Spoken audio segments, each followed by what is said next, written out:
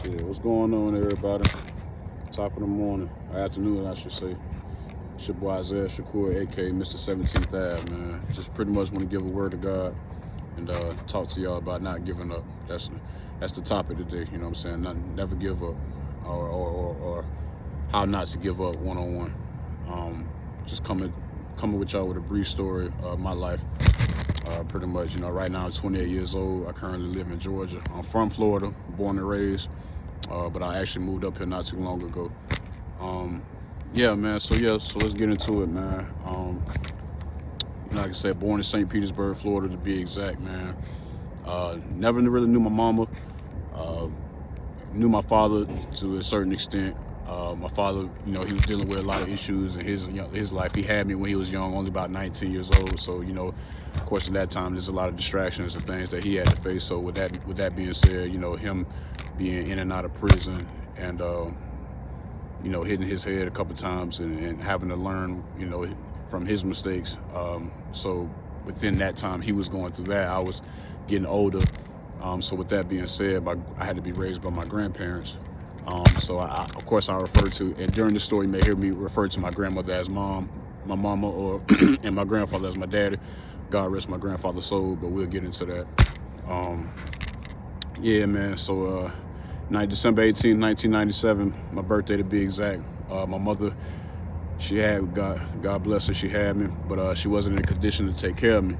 So uh, let's see what it was. So after she had me, they had to call immediate family because things of her life, because she was dealing with drugs or whatnot. So long story short, she wasn't in a position to take care of me, let alone take me home or anywhere of that matter. So they had to call the next immediate family member. The next immediate family member at that moment was my great grandmother Helen Davis. She's still alive to this day. May God be pleased with her. That was that was her. That's her grandmother. So that's her mom's mom. So she was the next immediate family member that could come down and see about the situation at the time. So like I said, she had me, and by the way, she had me at like 12 in the morning. So I'm a midnight baby. You know what I mean? I think 12:26 to be exact. I think that's what she told me. But so my grandmother came, but and she realized that my mother wasn't in any condition to take care of me, let alone herself at that moment. And so my grandmother stepped in. So my grandmother took custody. She took me home. She because first and foremost, she didn't want me to go into the system. She didn't want me to go in, to go into foster care, be raised in a foster home and things like that. And I love her to this day for that. So my grandmother took me home that day, and she took me, to her house, and I stayed with her for the remainder of, from the time I was born to, I would say, about 4 years old. So now we got to fast forward. This is from 97 to, I would say, '02. Somewhere, I don't remember the exact month, but somewhere in 2002.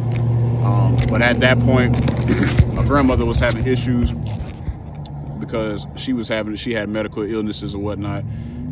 We were outside one day in her front yard. By the way, her house is like it's a pink house.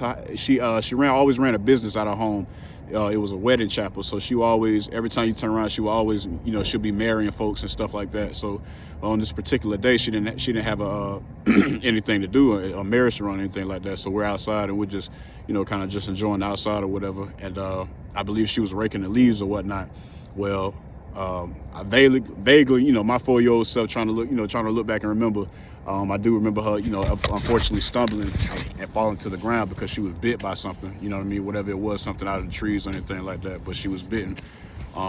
So immediately she fell to the ground, man, and she had to seek, and they had to seek medical attention.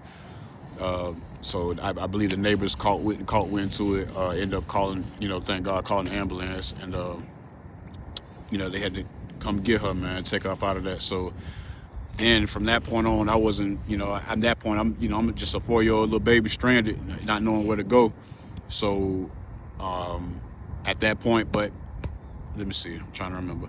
Okay, but my grandmother, she wasn't unconscious or anything, but she was hurt. She wasn't able to stand up because, like I said, she was bitten by whatever it was in the trees or whatever. So she was able to make a call to the next immediate family member.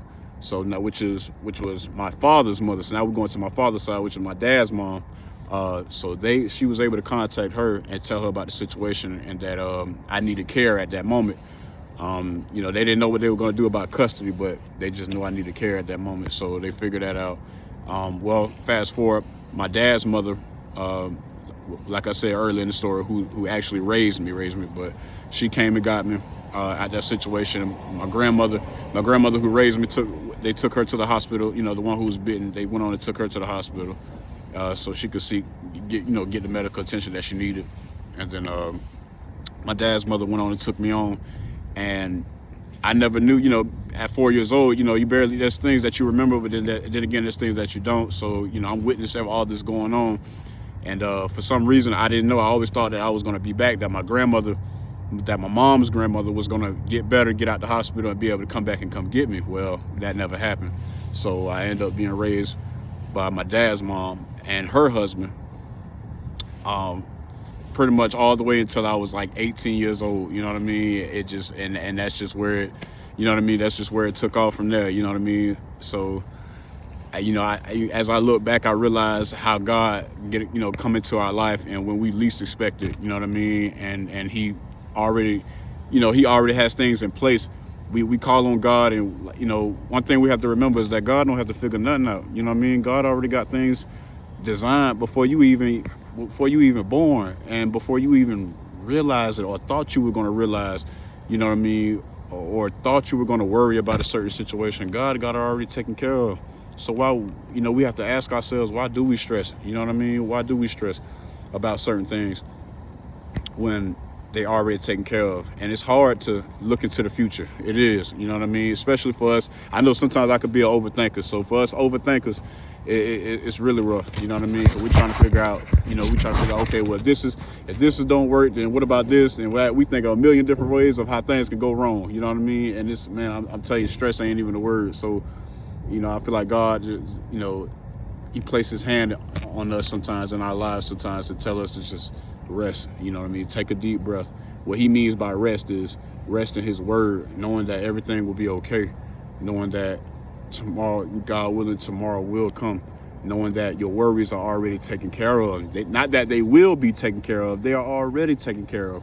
This is the unseen. This is what faith, the word faith. So when you say the word faith, you think to yourself, what does that mean? Faith is knowledge of the unseen, you know what I mean? Understanding the unknown and the unseen, and knowing that things are going to take place regardless. That's faith. And so we have that kind of faith in God, that's when we become unstoppable. So I went from being delivered to my grandmother's front porch, like I said, the one who I spoke, who was hurt, who was bitten, and sent to the hospital. When they realized my mother couldn't take care of me, you know what I mean? My mother was going, she was having different drug battles or whatnot, and I love her to death. And they had to call her grandmother, my great grandmother, to come get me. Let me get more specific in that situation. I know I didn't mention it earlier, but she actually wasn't able to physically come get me. What happened was I ended up going into the system. I think I was in the system for like a month or two. But what happened was my grandmother called the system. However she did it, she made a call, and for me to be delivered to her home, you know what I mean, while my mother was, still fighting her battles or whatnot. So, because at that point, my great grandmother, I should say, had already agreed to take care of me. So when I showed up to my great grandmother's porch, like I said, this is the wedding chapel, the pink house, right?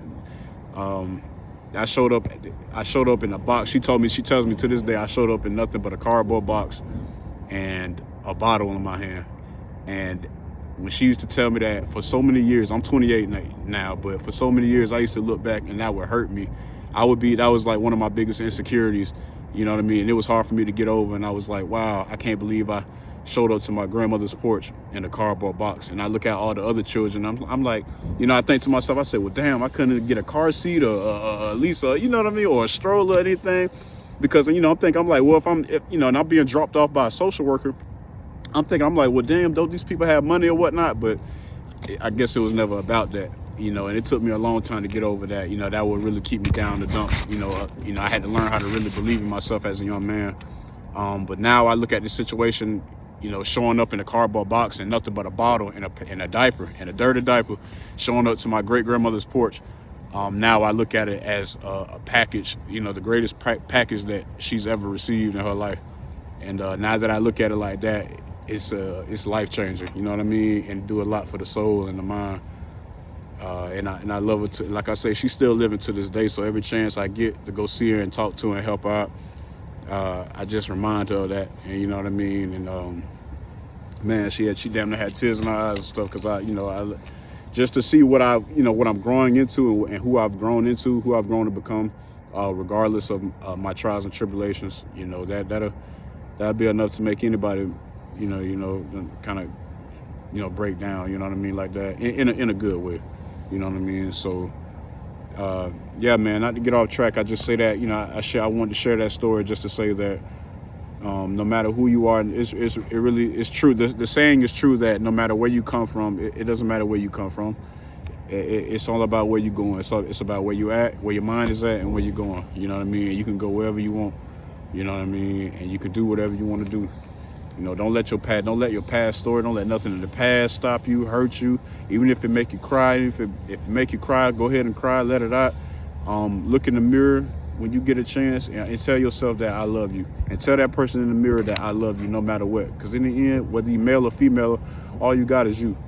You know what I mean? All you got is you. And how dare, we got to think, when we look at it from that perspective, we have to tell ourselves, how dare we, walk around in a depressive state and not be appreciative of, the life that God has given us. And he wake us up each and every day.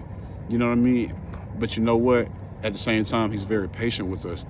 He's very patient, because we didn't come here knowing everything. This is the process of growth. This is what growth really means. This is what learning truly means. Because imagine, if we showed up on planet Earth and we knew everything, what would be the point of being here? What would be the point in living? And it wouldn't be no point, would it? So we have to remind ourselves that this is a growth process. So whether we feel like, oh, I just don't feel like doing it today, or we wake up, and let's be honest, we don't woke up. Some of us got some egos. Some of us don't woke up sometimes and thought we knew everything, thought we knew it all, only to realize we don't. You know what I mean? And that God is ever so merciful, and He's graceful on our lives. You know what I mean? No matter what our background is, no matter our skin color, because it's not about that. This is just a physical body. You know what I mean? So I say all that to say that never give up. For those who out there who feel like nobody listening, who feel like they got something on their heart, something that's holding them back, insecurity maybe that they can't figure out or master, just hang in there. Know that everything gonna be okay. Please hang in there. You know what I mean? Because first and foremost, if God wake you up every single day, he's trying to get you to that purpose. And sometimes we get impatient as human beings, and we ask God, well, what is my purpose? What is my purpose? So we get so tired, we become so tired, we become angry at the world, we become angry, at our surroundings and people that surround us, and we don't mean to, but it's a place where peace can't reside. You know what I mean? It's a place in the mind and in the heart where peace can't be, because we're pushing it away out of fear, numerous of reasons. You know what I mean? But if we can just take a deep breath and realize that everything gonna be okay, no matter your situation, no matter who you were raised by, no matter, I don't care if you done went to jail 50,000 times, I don't care if you done killed somebody, Lord forbid, I don't care what it is. That doesn't determine or define who you are. You know what I mean? You can come back from anything.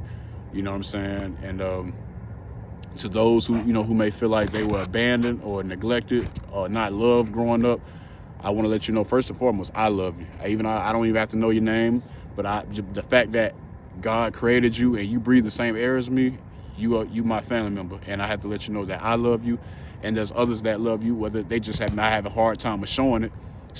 For example, our parents. Sometimes, ain't nobody teach our parents how to be parents. They didn't have no rule book or a guidebook or a guideline to follow, before they had our behind. You know what I mean? So I feel like sometimes it's okay to be hurt, and if nobody ever told you this, your feelings are definitely valid, but at the same time, it's okay to be reasonable and understanding with them, because that'll give them peace. You know what I mean? Imagine what they're going through.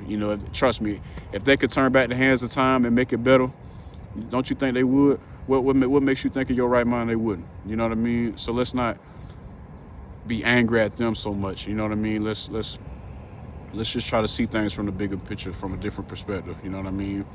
And when we do that, God will open doors for us that we never imagined. we can, first and foremost, we will be much better parents. We will be much more equipped to be better parents to our children, for those who already have children right now, and for those who are wanting children. You know what I mean? We will be, I mean, much far greater equipped, you know what I mean, to handle any situation and be able to teach them, whether we have a son or daughter, don't matter. We'll be able to teach them and guide them and teach them of God first and foremost, and be able to hold their hand and walk with them through this life. You know what I mean? No matter how old they get, we'll always be there, so that, you know, whenever they need somewhere to turn to or there's somebody to run to, that we'll be there. We can be something for them that our parents may have not been able to deliver for us. You know what I mean? And so, like I said, we want to try to get out of the routine of holding any type of grudges, because guess what? Those same grudges, like I say, your feelings may be valid, but they hold you back. You know what I mean? They hold us back. Those feelings held me back for so long. I used to walk around and be like, I used to be full of tears growing up, especially as a teenager. I'd be so mad and I'd be angry at the world. And I was always I felt like I always had a beautiful soul, and I was a nice young man, but I used to be so angry and be like, I used to ask God, why God? Why God? I'd be crying, cursing God, and I'd be mad at my mom. I feel like at times when she ain't want me.